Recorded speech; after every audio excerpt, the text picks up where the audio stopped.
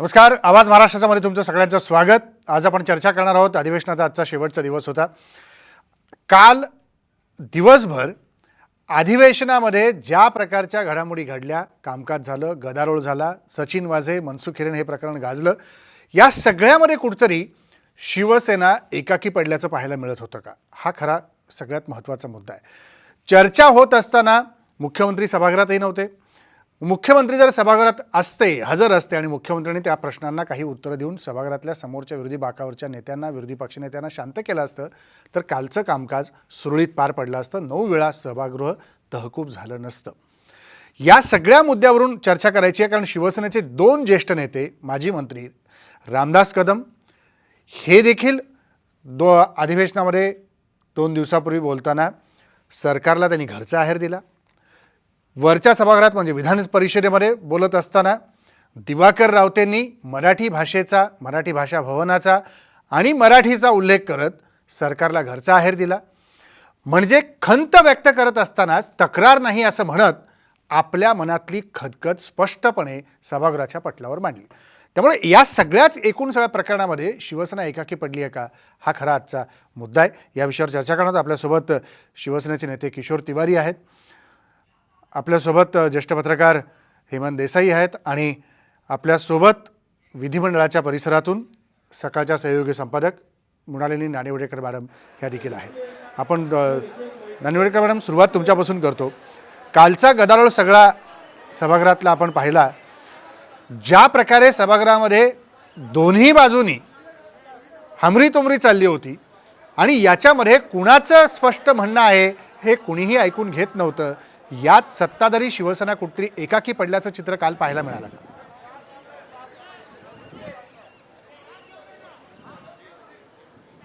मला असं वाटतं की कालचं सभागृहातलं चित्र फार वाईट होतं, हे तर खरंच आहे. पण शिवसेना एकाकी पडली होती हे मात्र थोडंसं मी अमान्य करेन.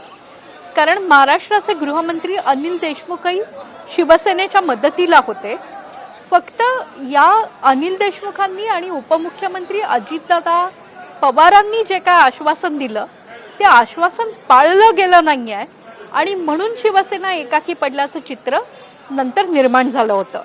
यातला थोडासा महत्त्वाचा मुद्दा असा आहे की अंबानी त्या उद्योगपतींच्या वर्तनाबद्दल काही आक्षेप असतील, वेळोवेळी काही व्यक्त केली गेली असेल खंत, पण देशातल्या कोणत्याही माणसाची सुरक्षा व्यवस्था ही अत्यंत महत्त्वाची आहे आणि त्याच्या घराजवळ जो वेल्थ क्रिएटर आहे, जो रोजगार निर्माण करून देतोय, त्याच्या किंवा अन्य कोणत्याही महत्त्वाच्या व्यक्तीच्या घरासमोर एक गाडी जाते आणि त्या गाडीशी संबंधित एका अधिकाऱ्याला वाचवायचा प्रयत्न होतोय, असं जे चित्र निर्माण होतं ते कोणत्याही सत्ताधारी पक्षाला एकाकी करणारं असतं.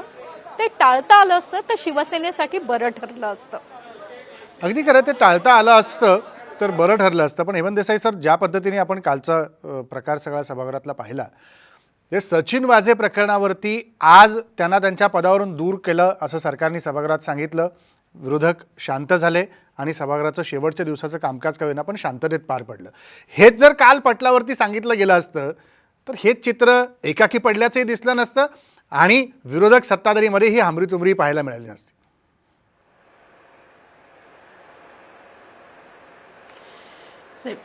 पहिली गोष्ट म्हणजे विरोधकांचं अजूनही समाधान झालेलं नाही. विरोधकांचं म्हणणं होतं की त्यांना तात्काळ निलंबित करावं आणि अटक करावी. एवढंच नव्हे तर देवेंद्र फडणवीस काल एका म्हणजे नाना पटोले यांच्या वक्तव्यानंतर चिडून असं म्हणाले की तुम्ही माझी चौकशी करा पण एका खुन्याची चौकशी का नाही करत आहे. फडणवीसांनी बोलता बोलता ते खुनी आहेत असं जजमेंट देऊन टाकलं. काल सचिन वाझे हे खुनी आहेत असं स्पष्टपणे सांगितलं. जर विधिमंडळाच्या बाहेर त्यांनी असं स्टेटमेंट केलं असतं तर डिफेमेशनचा खटला लागू झाला असता. त्याच्यामध्ये प्रश्न असा आहे की या 3 पक्षामध्ये कोऑर्डिनेशन आहे का. एरवी जर आपण बघितलं तर 3 पक्षामध्ये थोड्याफार प्रमाणात कोऑर्डिनेशन आहे, परंतु या कालच्या तुम्ही कार्यक्रमामध्ये कालच्या कामकाजाच्या वेळी आज जे निर्णय घेतला की सचिन वाझेंना तिकडनं हलवायचं, तो निर्णय कालही घेता आला असता. मग अगदी खरं, काल का नाही घेतला तर याचं स्पष्ट कारण असं आहे की शरद पवार यांची आणि उद्धव ठाकरे यांचं बातचीत झाली. आज परत भेट होणार आहे त्यांची. शरद पवार नाराज असल्याच्या बातम्या आहेत आणि संजय राठोड यांच्या वेळी सुद्धा शरद पवार नाराज असल्याच्या बातम्या आल्यानंतर मग त्यांच्यावरती कारवाई झाली, ती सो नाहीला झाली. शिवसेना वारंवार अशा प्रकारच्या चुका करते.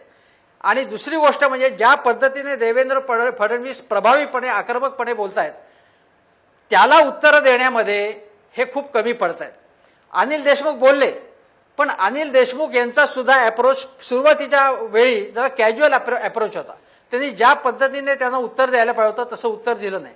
एक साधी गोष्ट म्हणजे त्या गाडीमध्ये जिलेटिनच्या कांड्या होत्या, गंभीर गोष्ट आहे. अंबानी मोठे उद्योगपती एवढंच नव्हे, तो सगळा एरिया अतिशय VIP एरिया आहे. अशा ठिकाणी जिलेटिनच्या कांड्या सापडतात.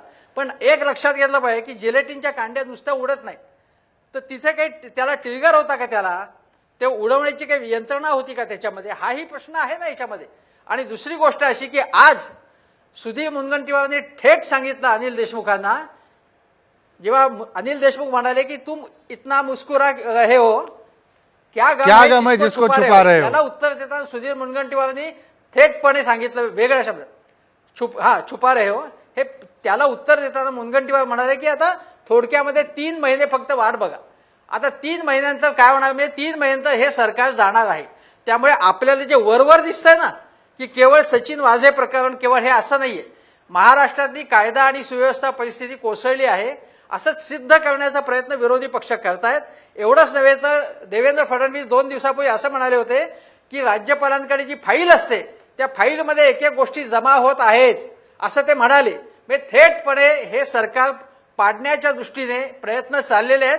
पण त्यांना समर्पक उत्तर देताना नाना पटोले यांनी चूक केली की CDR जो आहे तो देवेंद्रांनी कोणाकडे दिला, हा काय प्रश्न आहे. पत्रकाराकडे बातमी कशी आली, सोर्स काय हे विचारण्यापेक्षा त्यांनी बातमी काय दिली आहे ते महत्वाचं आहे. तर देवेंद्र फडणवीसांचं ते कामच आहे हे शोधणं. तुम्ही अशा प्रकारे त्याला प्रत्यारोप करणं हे चुकीचं आहे. म्हणजे जो युक्तिवाद आहे नाना बऱ्याच दिवसांनी अपेक्षित नव्हतं.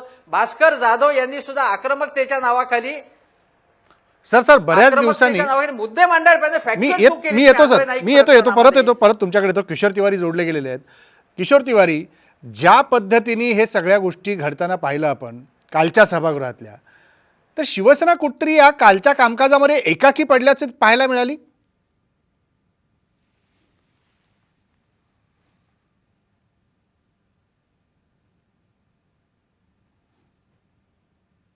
किशोर तिवारींचा आवाज पोहोचत नाही आपल्यापर्यंत. पुन्हा एकदा आपण त्यांना जोडण्याचा प्रयत्न करूया.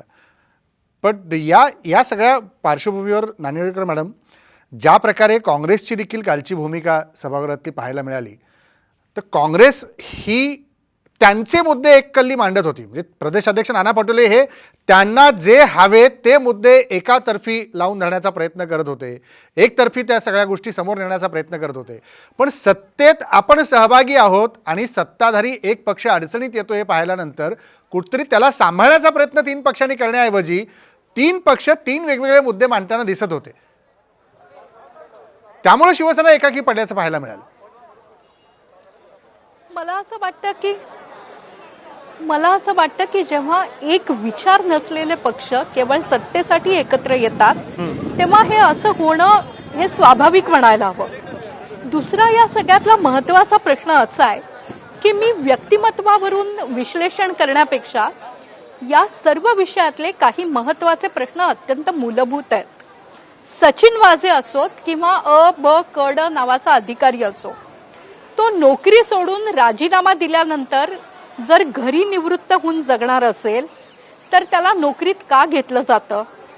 दुसरं असं की ख्वाजा युनिस प्रकरणामध्ये या सचिन वाझेंवर एक अतिशय महत्वाची केस आहे, एक खटला प्रलंबित आहे, त्यांची CID चौकशी चालू आहे. माझ्या माहितीप्रमाणे गेली कित्येक वर्ष जेव्हा काँग्रेस राष्ट्रवादी काँग्रेसचं सरकार होतं आणि त्यानंतर जेव्हा देवेंद्र फडणवीस शिवसेनेबरोबर सत्तेत होते त्यावेळेला मुंबई पोलीस आयुक्ताच्या पातळीवर सचिन वाझे आणि त्यांच्या बरोबरच्या अधिकाऱ्यांना, निलंबित झालेल्या अधिकाऱ्यांना नोकरीत पुन्हा घेण्याचा प्रश्न हा प्रत्येक वेळेला फाईलीत बांधून ठेवला जात होता.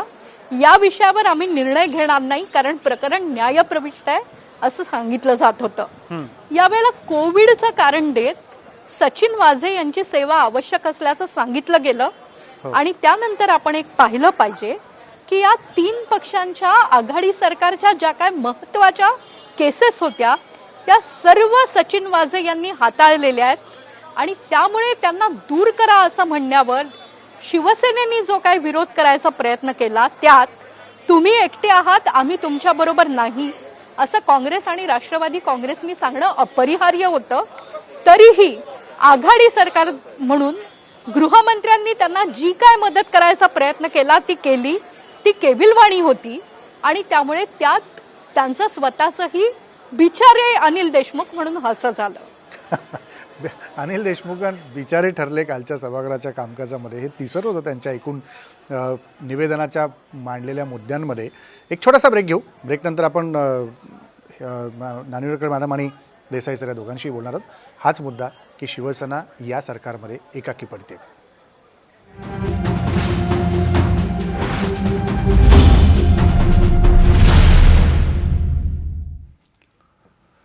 ब्रेकनंतर पुन्हा एकदा तुमचं स्वागत. आपण चर्चा करतोय की या अधिवेशनामध्ये शिवसेना कुठतरी एकाकी पडल्याचं पाहायला मिळालं का. देसाई सर, या कालच्या मुद्द्याबरोबरच आणखी काही मुद्दे होते. जसं मी सुरुवातीला उल्लेख केला रामदास कदमांचा.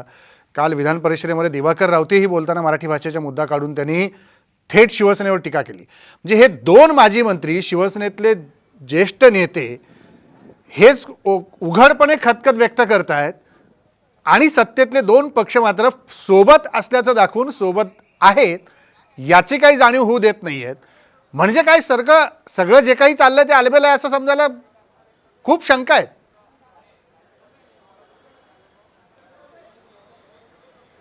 आलबेल अजिबात नाहीये. उलट मी असं म्हटलं की ज्या पद्धतीने भाजपची कोऑर्डिनेटेड संपूर्ण पॉलिसी दिसते. फडणवीसांनी काय बोलायचं विधानसभेमध्ये, विधान परिषदेमध्ये प्रवीण दरेकरांनी काय बोलायचं, बाहेर येऊन घोषणा कशा द्यायच्या, प्रेसला ताबडतोब कशा पद्धतीने ब्रीफिंग करायचं, ज्या पद्धतीने हे आपली भूमिका निभावत आहेत ती कौतुकास्पद आहे. उलट या 3 पक्षामधलं कोऑर्डिनेशन म्हणजे कोणाला कुठे उतरवायचं आहे, कोणते मुद्दे मांडायचे आहे याचं त्याच्या अगोदर बैठक होऊन तिन्ही पक्षामध्ये एक पॉलिसी ठरायला पाहिजे. ती पॉलिसी कुठल्याही प्रकारे ठरताना दिसत नाही. आता बघा, मला वाटतं जयंतराव पाटील म्हणजे मृणालीताई सांगू शकतील की मला वाटतं कोरोनामुळे ते कदाचित येत नसतील. जयंतराव पाटलांसारखा मोहरा नाही यायच्यात. उद्धवजी नव्हते त्या चर्चेच्या वेळी, महत्वाच्या क्षणी नव्हते, पण अजितदादांनी सुद्धा हस्तक्षेप करण्याची आवश्यकता होती. बाकीचे राष्ट्रवादीचे मंत्री कुठे गेले, शिवसेनेमध्ये फक्त भास्कर जाधव बोलले आणि तुम्ही जे 2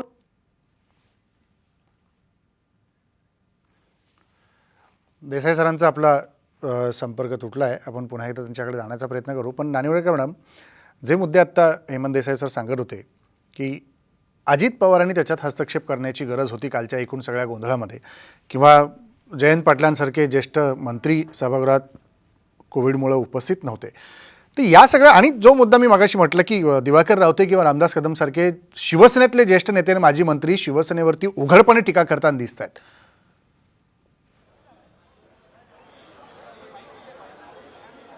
अगदी बरोबर मुद्दा तुम्ही शोधून काढलात.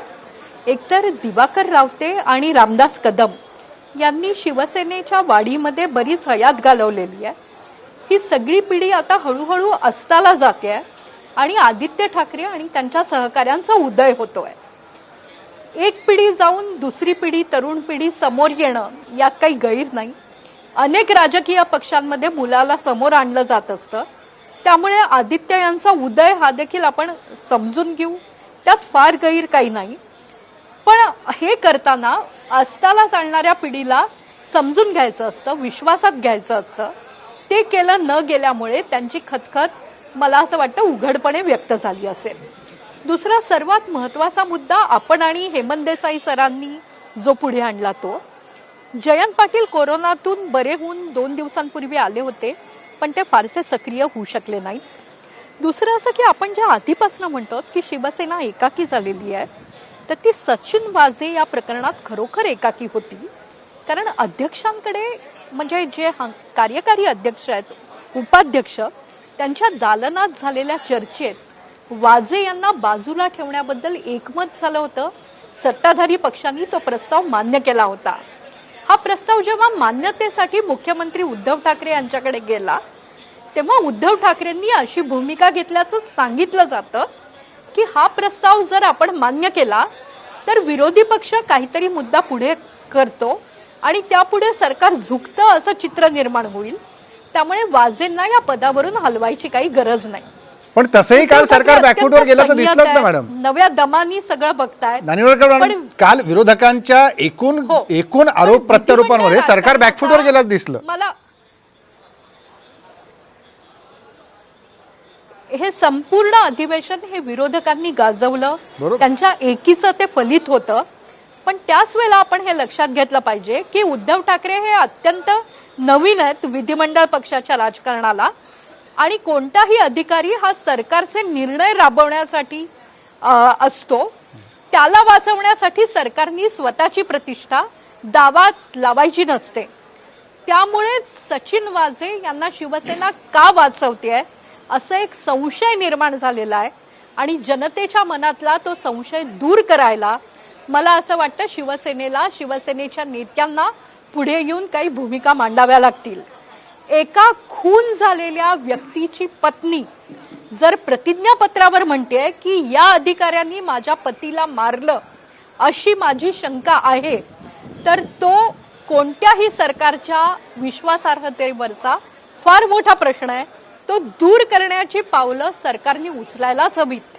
अनिल देशमुखांनी एक चांगलं नरेटिव्ह देत गुजरात सिल्वासा मधल्या एका आत्महत्येचं प्रकरण काढलं, त्याची चौकशी सुरू केली. ती चौकशी जरूर व्हावीच, पण एक ज्याच्याबद्दल चौकशी पेंडिंग आहे, ज्याला विशिष्ट कालावधीत नोकरीत सामावलं गेलेलं आहे, त्या अधिकाऱ्यावर जर आक्षेप घेतले जात असतील तर त्याला उत्तर देणं अत्यंत महत्वाचं आहे. त्याला काही काळ दूर ठेवणंही सरकारच्या इमेजसाठी अत्यंत आवश्यक आहे. अगदी खरं आहे. किशोर तिवारी बऱ्याच वेळानंतर जोडले गेलेत. त्यांचंही तसंच झालं जसं सभागृहात शिवसेनेचं झालं. आत्ता उशिरा का होईना पण ते इकडे जोडले गेलेले आहेत. असे एकाकी पडू नका किशोर तिवारी. शिवसेना एकाकी पडते. तुम्ही नेते आहात, तुम्ही तसे एकाकी पडू नका. हे बघा, हे तुमचं परसेप्शन आहे. एक पॅटर्न भाजप घेऊन चाललाय. कोणतीही आत्महत्या हत्या दाखवायची आणि आरोपी स्वतःच आणायचे आणि त्यांना जाहीर करून टाकायचं आणि फाशावर लटकवायचं. आता दिशा सालियान गेला, सुशांत सिंग मॉडेल झाला, पूजा चव्हाण मॉडेल झाला. आता हा मनसुख भाईचा एक पॅटर्न आलेला आहे. पूजा चव्हाण मर्डर असं म्हणता तुम्ही किशोर तिवारी? पूजा चव्हाण मर्डर झाला असं म्हणता? नाही, हे बघा, संजय राठोडावर एकही आरोप नसताना त्यांचा राजीनामा घेतला. सुशांत सिंगचं प्रकरण 90 दिवस 100 दिवस चालवलं. दिशा सालियान ते असंच म्हटलं की ते घरावरून पडली तर त्याची हत्या झाली, त्याला काढून फेकून दिलं. आता सुद्धा हिरेनबाईच्या याच्यात म्हणतात की त्यांना पहिले खून केला नंतर आणून फेकून दिलं. आता हे कसं असते, एका एपीआय साठी जर भाजपनी प्रतिष्ठा एकवटली असेल, सरकारने एकवटली नाही, शिवसेनेने प्रतिष्ठा नाही लावली एका एपीआय साठी. नाही, सचिन वाजे हा अत्यंत निष्ठावान आणि इन्व्हेस्टिगेटिव्ह ऑफिसर आहे. त्याच्यावर आरोप अनेक असतील, मात्र त्यांनी देशासाठी जे काम केलं आहे ते पुढे येईलच. आता या प्रकरणात जे सत्य बाहेर काढत होता सचिन वाजे, ते सत्य त्यांनी काढू नये आणि भाजपला अडचणीत आणू नये म्हणून भाजपनी हे सगळं केलं आहे आणि राज्याला अस्थिर करण्याचा भाजपचा हा प्रयत्न आहे.